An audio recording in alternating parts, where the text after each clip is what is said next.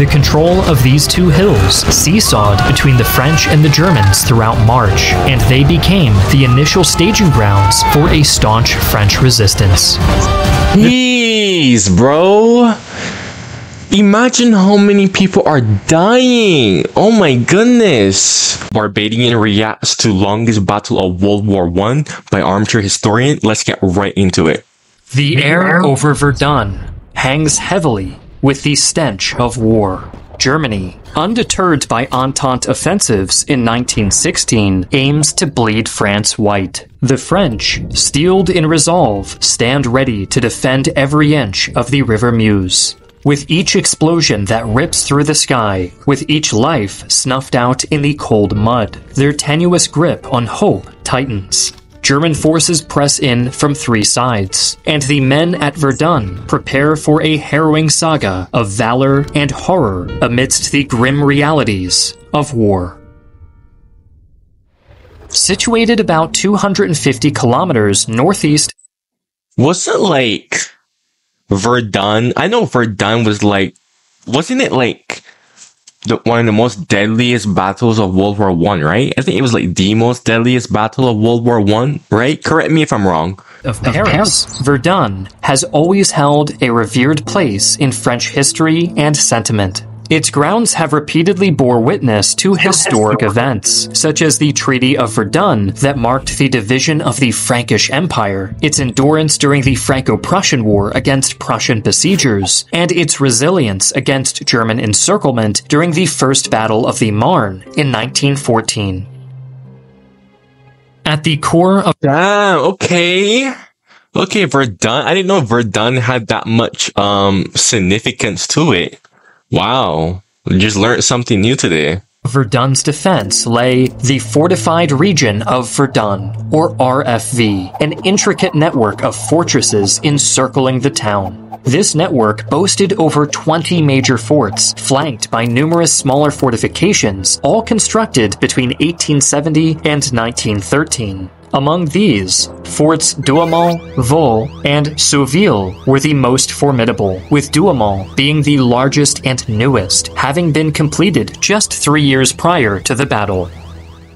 These forts were marvels of military engineering, their steel and concrete foundations buried under layers of earth, offering both camouflage and a degree of protection against artillery shelling. As 1915 gave way to 19... Bro, you know, it's crazy to me how back then, bro, these forts were like so much more effective because they didn't have much air, right? I know like the best that they had. I know they had aircraft, but like bombers that we saw like in World War II was like nothing compared to like freaking World War I, man. Oh my goodness. Like I can only imagine like how crazy this thing was in person. In 16, the front lines had wrapped around Verdun from three sides, choking off all but one supply route, 50 kilometers to the southwest. This lifeline, christened the Sacred Way, became the conduit for hundreds of thousands of soldiers and a torrent of ammunition, offering a flicker of respite to the beleaguered defenders. Verdun held immense strategic importance for both France and Germany. For the French, it was a symbol of national determination, its fortifications guarding the pathway to Paris. For the Germans, capturing Verdun would not only demoralize the French army, but also potentially force France to seek an armistice. Moreover, its seizure would provide a tactical advantage, offering a stronghold on the Western Front. Feel confident your taxes are done right with TurboTax Live experts. The ads on his videos are actually crazy. If you see ads, just skip it. The First World War was one of the most destructive conflicts in human history, upending the social order and leaving millions of people dead, wounded, and displaced from their homes. One of the most interesting stories from the aftermath of the war is that of the Czechoslovak Legion. Thanks to the sponsor of today's video, Last Train... I am broke. I am broke. I say this in every single reaction that I do. I am broke. I don't even have anything for donation set up right now. I say this in all of my reactions. I am broke. So there is no point. Long journey home. Overall, the onset of 1916 seemed to herald a tide of optimism for the Central Powers. In the East... Wait, pause. Armchair historian, did you get a bit fat? Did he get fat? He looks fat. I remember he looked a bit more skinny. Their forces had carved deep into Russian territory during the Gorlice-Tarnów offensive. To the west, Germany held its ground against the Entente in Belgium and the Champagne region of France. The Entente's failed offensive near Verdun in the previous autumn further buoyed German morale. Meanwhile, their alliance with Bulgaria had tightened the noose around Serbia, and although Italy had joined the Entente, their efforts were mired in the Isonzo Valley, offering little more than a distraction. Despite... Bro, Italy was definition of useless. Italy in World War II was literally more useful than Italy in World War I. You could quote me on that. Italy in World War I was so useless, bro. Freaking Italy is just like definition of a snake. Verdun's strategic and symbolic significance, trouble was on the way. A lack of appreciation by French leadership, especially Chief of Staff Joseph Joffre, meant that the RFV was undermanned and under-equipped. In 1915, Verdun's fortifications had already seen a reduction of over 237 guns and a substantial amount of ammunition, leaving only its heavy turret guns. Despite the onset of trench constructions, progress slowed due to resource diversion to the Second Battle of Champagne. By February 1916, Fort Douaumont, the largest in the region, was scarcely armed and was used mainly as a barracks. In General Joffre's eyes, the forts of Verdun were outdated and not likely to stand up to the firepower of German artillery. Instead, he wanted to allocate manpower and materiel on more easily defensible positions across other theaters of the Western Front. It wasn't until political pressure mounted that Joffre ordered reinforcements to Verdun on January 23rd. So he was just going to abandon it? Is that what I'm hearing? Wow, abandon such a key city like that? But they spent all that money, right? Building the forts, and they just was about to just abandon it? Really? Wow. All that tax-paying dollars are gone. The architect of the German assault was their Chief of General Staff, Erich von Falkenhayn, who was driven by a complicated mix of motivations. Despite these Central Powers advancing well on the war front, Falkenhayn found himself ensnared in a labyrinth of political and economic dilemmas.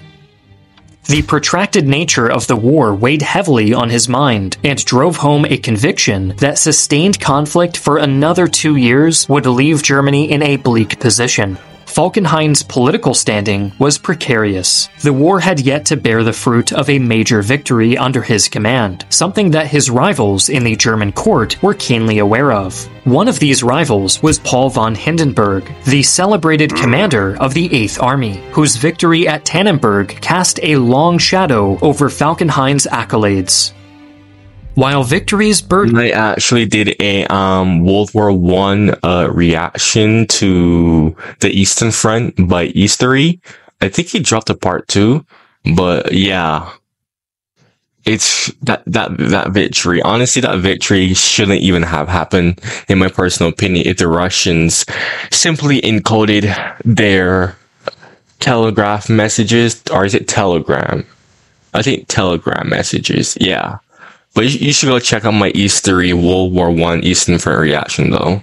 In the East, Falkenhayn deemed them hollow in the grand scheme of ending the war victoriously. He viewed Russia's vast expanses and indomitable spirit as impenetrable to military conquest, a sentiment echoed in his phrase, "The East gives nothing back."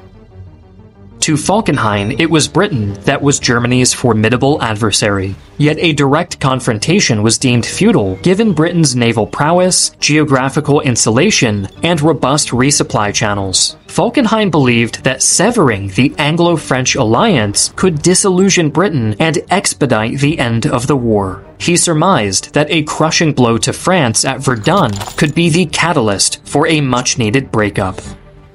Part of Falkenhayn's attempts to reinforce his political power came in the appointment of Crown Prince Wilhelm as the commander of the Fifth Army at Verdun. While a novice in military command, the 34-year-old Wilhelm often ceded decision-making to his chief of staff, under directives from his royal father. Falkenhayn hoped that this dynamic would help intertwine royal prestige with military strategy, further advancing his own position within the high seats of imperial power. The German attack was initially slated for February 12, 1916, but inclement weather delayed the offensive another 9 days. When February 21st... Oh my goodness, dude, I swear, all of these, like, war-type videos, right, that I always react to, there's always something that delays everything, bro. It's like, oh, yeah, this offensive was supposed to take place, but due to bad weather, the offensive didn't take place, and because of that, the offensive failed. It's like, is it just me? Or, like, has anyone else noticed that? Like, oh my goodness.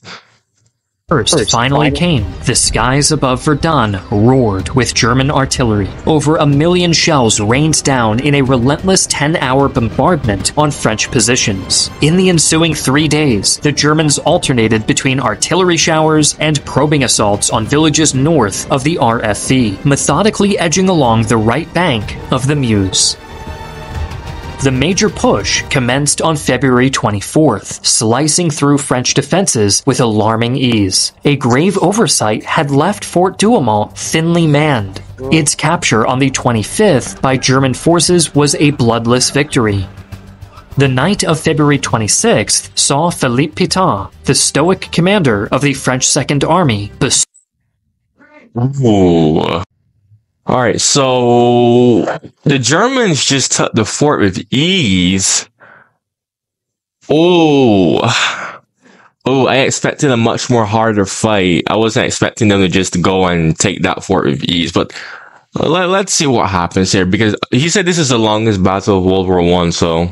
Bestowed with the command of Verdun's defenses. It was a charge he accepted with steely resolve. Keenly aware of the looming threat, he orchestrated a re-garrisoning of the RFV's remaining forts, bolstering them with additional troops and essential supplies. This strategic move was vital in shoring up the defensive lines, ensuring they were braced for any assaults by German forces. While the German offensive on the right bank was swift and decisive, the left bank posed a greater problem. The difficult terrain of the left bank made the advances challenging, and its lesser strategic value made every casualty feel more than hard-fought. In early March, German forces managed to seize 2 villages in the left bank. Their focus then shifted to the elevated grounds on the left bank, notably the formidable Côte 304 and Le Moram, or Dead Man's Hill. Hi, I'm Nicole Hockley from Sandy Hook Promise. I know this is hard to hear, but it's... Within the leafy cover of Bois de Bourras, French heavy artillery took position, their sights set on thwarting German advances toward Côte 304 and the Dead Man's Hill, as well as disrupting the German rear lines. The toll of the... Bro, if there's one thing that I like about freaking France, because I'm gonna be so honest with you, there's not much that I like about France. But France has a pretty valid history, so I'm not really gonna like hate on France, but there's just other stuff that I like more, to be honest. But I just like France's World War I, like, color. You know, that blue color? You see that? That is hot. Okay, this is sexy, bro. Look at this color. And the blue uniform, I'm not gonna lie, low-key drippy, alright? Everyone talks about, oh, German World War II uniforms and whatnot. France low-key had a drippy uniform. The color was just beautiful. The battle began to mount with each passing day. The casualty numbers on both sides climbed steeply. By the end of February, despite the grim tally, neither the French nor the Germans were any closer to victory, heralding the protracted and bloody struggle that lay ahead. The control of these 2 hills seesawed between the French and the Germans throughout March, and they became the initial staging grounds for a staunch French resistance. Jeez, bro. Imagine how many people are dying. Oh my goodness. The fence orchestrated by General Pétain had roused admiration among the French ranks. However, General Joffre grew increasingly discontented with Pétain's resolute focus on defense. In a bid to shift the strategy, Joffre aimed to replace Pétain with a commander who echoed his own aggressive stance. Yet, Pétain's burgeoning popularity proved a roadblock. Any abrupt removal risked political fallout. Navigating this delicately, Joffre elevated Pétain to commander of Army Group Center, positioning Robert Nivelle as the new commander of the Second Army, a move designed... How in the world does he have this background? How does he have this background? Very curious. I think I know how he does it. It's such a cool background. I've never seen a history YouTuber like do this. As to distance Pétain from Verdun while appearing politically prudent. On May 8th, a stroke of misfortune struck the German forces at Fort Douaumont. An accidental munitions fire triggered a massive explosion, claiming hundreds of German lives. Oh! One speculation is that the blaze was ignited by soldiers attempting to heat coffee using flamethrowers. But regardless if this story is true, the explosion wreaked havoc, plunging the German garrison into disarray and damaging part of the fort. Bro! Coffee? I had to pause for a second. Because I was processing. Bro, imagine dying because you're trying to make coffee. Bruh, that's such a bruh moment, fam. Seizing this unexpected opportunity, French commander Nivelle ordered an assault. A meticulous plan was drawn up, culminating in an ambitious attack on May 22nd. Preceding the assault, between May 17th and the 21st, French artillery unleashed a barrage of 370mm and 300mm shells, decimating numerous German defensive positions and downing several observation balloons.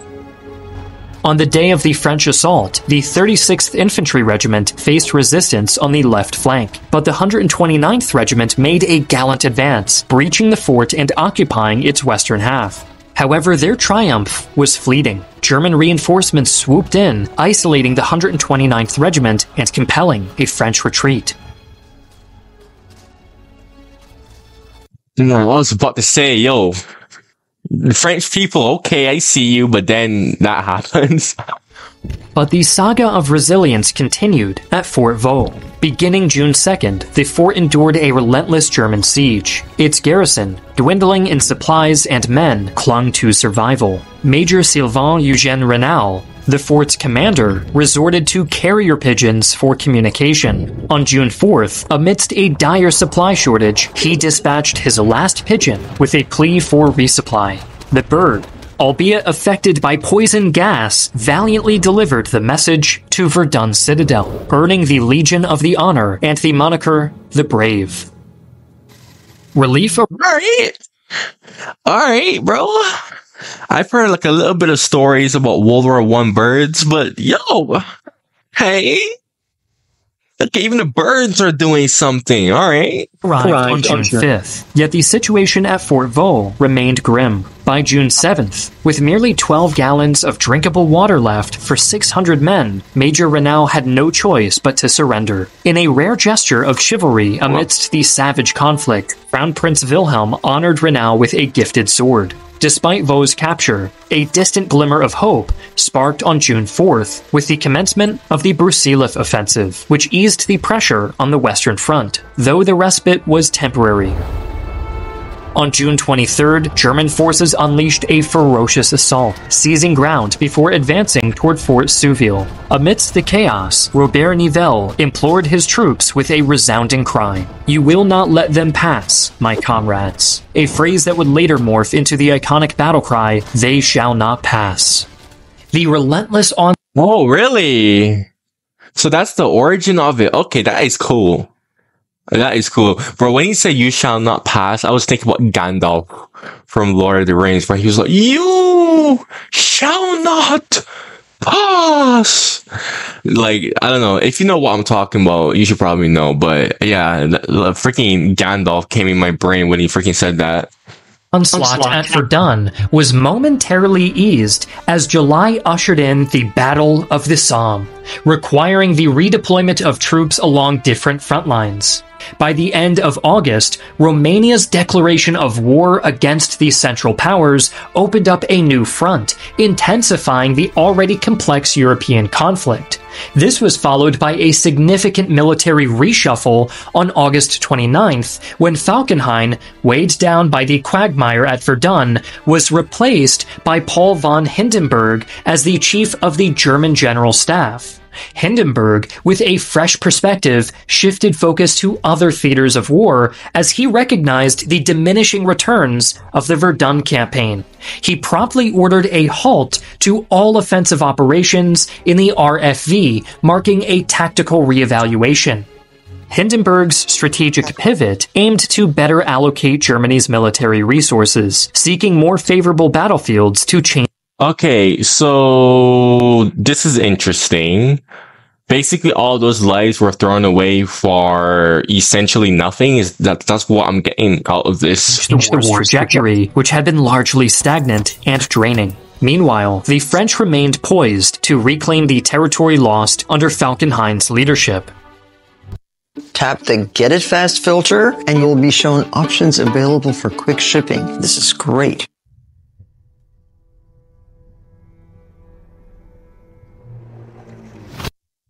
In late October, a determined French assault began, with more than 700 guns pounding Fort Douaumont into submission. Within a week, thousands of shells had rained down, rendering the fort's defenses nearly derelict. Nivelle's novel creeping barrage tactics, where artillery fire barely precedes a steady infantry advance, ensured the German defenses stood no chance. By the time French troops stormed the fort on the 24th, the Germans were already staging an evacuation, leaving only a skeleton force who yearned for reinforcements that would never arrive. By the end of that day, the French had captured over... So the Germans were literally pulling back by the time the French started their offensive, bro. Imagine being that guy who has to stay back, bro. Oh, heck nah. Heck nah, bro. I'm sneaking out or something like that. Not me, fam. Were 6,000 prisoners and 15 artillery pieces. The tale was not different at Fort Vaux. Following devastating bombardments by French artillery, the Germans were forced to evacuate after a French shell caused a huge explosion. The French reasserted control over the fort shortly after, allowing for a moment of symbolic recuperation among the long-drawn bloodshed. On December 14th, leadership within the French army shifted from Joffre to Nivelle, marking a new phase. This change came just before the second offensive at Verdun, orchestrated by Generals Pétain, Nivelle, and commanded by General Charles Mangin. On the morning of December 15th, the calm was broken by the roar of guns signaling the French advance. The preceding six-day bombardment, involving 827 guns and a total of 1,169,000 shells, had turned the battlefield into a pockmarked crater. Artillery observation aircraft directed the final bombardment onto German positions, preparing the ground for infantry assault. At 10 a.m., the French infantry moved forward, shielded by a double creeping barrage of shrapnel and high-explosive fire. The barrage was designed to keep German defenders at bay while French troops advanced. The attack was effective. Yeah, that's a pretty smart idea. Let's just hope that the French don't get caught up in that, though. That would be very unfortunate. The German defensive lines collapsed, with many soldiers captured as the French infantry closed in, accounting for over 13,500 German losses from the front divisions. Despite bad weather, the French troops reclaimed key positions lost earlier in February. The rapid pace of their advance left German reserve units scrambling to respond. By the night of the 16th and 17th, new French lines were established, extending beyond Douaumont and north of Fort Vaux. Though nearly unrecognizable with damage, French positions had been reclaimed once again. The French not only recaptured key areas, but also pushed the closest German position over 7 kilometers back from Verdun, claiming vital observation points. The battle resulted in over 11,000 German prisoners and 115 guns captured, boosting the morale of the French forces as they pressed further east. As French troops continued their advance through villages north of the RFE around December 18th, the terrifying siege of Verdun began to lift. The fields, once filled with the sounds of gunfire and explosions, started regaining a semblance of peace. The war tallies at Verdun were harrowing, with over 350,000 casualties on both sides, of which around 100... The population of Barbados is 280,000 people. This is more than the population of my country, bro. That's crazy. That is so crazy, bro. Oh my goodness. Like, I'm like thinking, like, imagine like everyone in my country just dead in a couple of days. Like, oh, that is mad. 50,000 on both sides also perished. Although Verdun did not witness the gravest loss, its sheer length marked it as the longest battle in the war, going from February 21st to December 18th, nearly 10